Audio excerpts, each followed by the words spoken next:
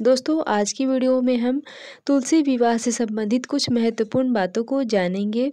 जैसे कि अगर हमारे घर में पुरानी तुलसी माता है, मतलब हम पिछले साल की तुलसी माता का विवाह किए हैं और वही तुलसी माता हमारे पास हैं, तो क्या हमें नई तुलसी माता की विवाह करना चाहिए या फिर उसी तुलसी का विवाह करना चाहिए? कुंवारी लड़कियां पूजा कर सकती हैं या फिर नहीं कर सकती हैं? पूजा का शुभ मुहूर्त क्या है, यानी कि हम जो तुलसी विवाह करेंगे उसका शुभ मुहूर्त क्या है, कब से लेकर कब तक हमें तुलसी विवाह करना चाहिए। साथ में हम जो कलश रखते हैं वो दीप कलश रखें या फिर श्री कलश रखें, तो इन्हीं सारी महत्वपूर्ण बातों को जानते हैं। तो चलिए दोस्तों वीडियो को शुरू करते हैं। तो दोस्तों सबसे पहले हम देख लेते हैं कि एकादशी तिथि यानी कि देव उठनी एकादशी कब पड़ी है, उसका डेट और मुहूर्त हम देख लेते हैं। तो देखिए दोस्तों, साल 2024 में देव उठनी एकादशी जो है वो उसकी तिथि जो है वो प्रारंभ होगी 11 नवंबर को। 11 नवंबर 2024 को शाम के समय 6:48 पे और समाप्त हो जाएगी 12 नवंबर को शाम के समय 4:06 पे। तो इस तरह से तो हमें जो है 12 नवंबर 2024 का दिन हमें प्राप्त होता है देव उठनी एकादशी के लिए। दिन होगा मंगलवार।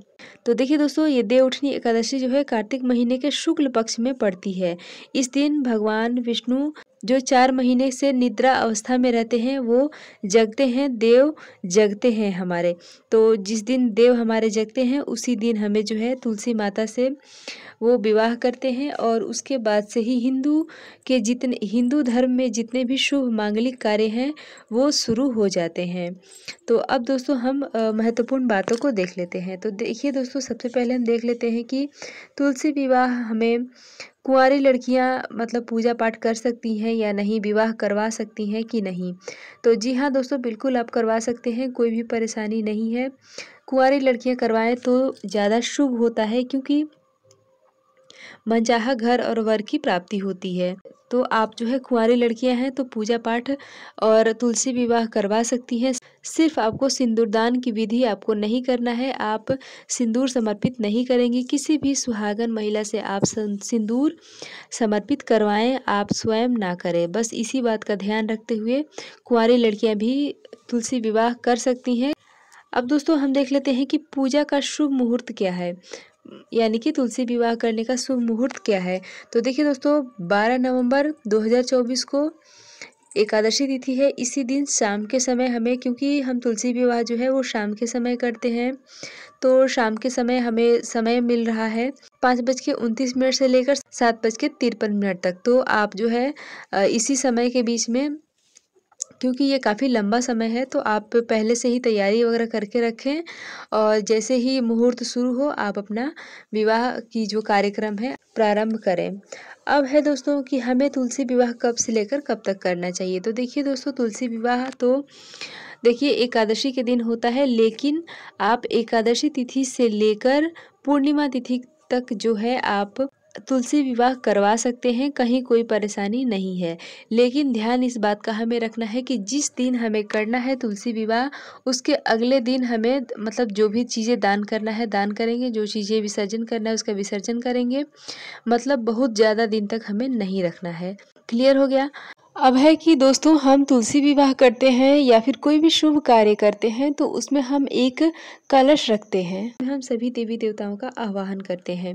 तो क्या हमें दीपक यानी कि दीप कलश रखना चाहिए या फिर श्री कलश, यानी कि हम जो कलश रखेंगे उसके ऊपर हमें दीप प्रज्वलित करके रखना है या फिर हम उस पर नारियल को रखेंगे। तो देखिए दोस्तों, इसमें श्री कलश रखने का कोई विधान नहीं है, आपको दीप कलश ही रखना चाहिए। इसके बाद हमें अक्षत का प्रयोग नहीं करना है। अक्षत यानी कि चावल के अक्षत का प्रयोग नहीं करना है। जिस दिन आप यानी कि एकादशी के दिन अगर आप तुलसी विवाह करवा रहे हैं, सिर्फ उस दिन, अगर आप द्वादशी, त्रयोदशी, चौदस या फिर पूर्णिमा के दिन करवाते हैं तो आप चावल का भी प्रयोग कर सकते हैं। ये क्लियर हो गया? आप जो है अक्षत की जगह सफ़ेद तिल का प्रयोग करें तो ये ज़्यादा शुभ भी है और भगवान विष्णु को प्रिय भी है। अब दोस्तों हम देख लेते हैं कि पुरानी तुलसी माता जी हमारे पास हैं, यानी कि पिछले साल की तुलसी माता हैं और उनका हमने विवाह किया था और दोबारा से हम उन्हीं को पूजते आ रहे हैं और फिर से वही तुलसी माता हमारे पास हैं। तो क्या हमें नई तुलसी जी लाकर पूजा करना चाहिए या फिर नहीं, मतलब विवाह करना चाहिए या नहीं? तो दोस्तों देखिए, आपको मैं बता दूँ, वैसे तो पुरानी तुलसी यानी कि 1 साल तक रहना संभव नहीं है, मतलब अधिकतर बार क्या होता है कि तुलसी माता सूख जाती हैं। तो ऐसे में अगर आप नई तुलसी माता लाए हैं तो तब तो अच्छी बात है। लेकिन अगर फिर भी आप की तुलसी माता जो है वो पुरानी ही है और पुरानी ही तुलसी माता का पिछले साल आपने विवाह भी किया है और वही तुलसी माता को आप अभी तक पूजते आए हैं, तो हमें क्या करना चाहिए? तो देखिए दोस्तों, अगर आपके पास पुरानी तुलसी माता है तो बेशक आप पुरानी तुलसी माता की ही पूजन करें, आपको नई लाने की कोई भी ज़रूरत नहीं है।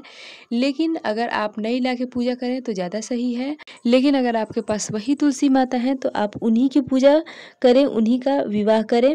जैसे हम सांकेतिक रूप से विवाह करते हैं, ऐसा बिल्कुल भी नहीं है कि हम एक बार विवाह कर दिए हैं तो हम उनका दोबारा से विवाह नहीं करेंगे। क्योंकि हम दोबारा से विवाह भी तो मतलब शालिग्राम जी के साथ ही कर रहे हैं। तो इस तरह से अगर आपके पास पुरानी तुलसी माता हैं तो आप उन्हीं का विवाह करें, चाहे आप उनका विवाह पहले कर चुके हों तो भी। तो ये क्लियर हो गया। अब है कि हमें तुलसी माता दान करना चाहिए या फिर नहीं।